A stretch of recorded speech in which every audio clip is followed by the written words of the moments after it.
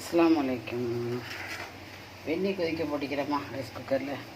இது கேப்பமா வீட்டில் திரிச்சது கேப்பமா. இப்போ இன்றைக்கி சஹர் பசி தான் வருது. என்ன செய்ய நோம்பில் வந்தாக்கு. இது தேங்காய் பூ, ஏலக்காய் எல்லாம் போட்டு அதையும் ஒன்றா வச்சிட்றேன்.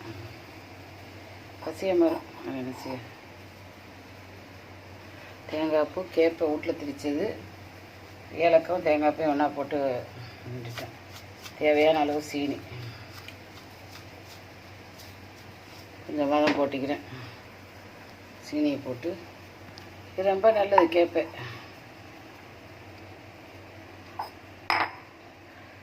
இது தலை சுத்துக்கு இஞ்சி தேயிலை குடித்தாப்புல மெட்டி குடித்தாப்புல.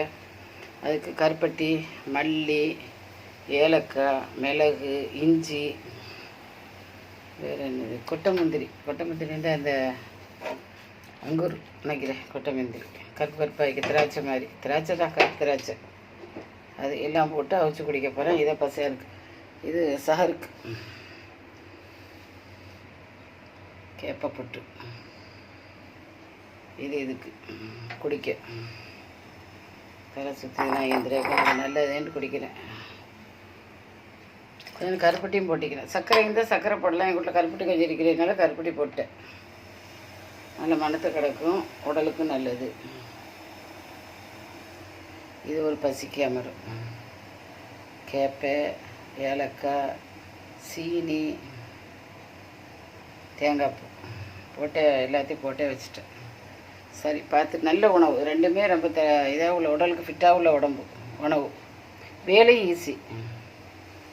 இது எப்பவும் வீட்டில் வாங்கி வச்சுக்கோங்க. எப்பவும் தலை சுற்றிட்டா டக்குன்னு வச்சு குடிச்சிக்கிடலாம். பார்த்துட்டு லைக் பண்ணுங்கள், ஷேர் பண்ணுங்கள், சப்ஸ்கிரைப் பண்ணுங்கள். நீங்களும் இதை மாதிரி செஞ்சு தின்னு. இதை குடித்தா இது குடித்தா கட்டாயம் நல்லா வைக்க உடம்புக்கு.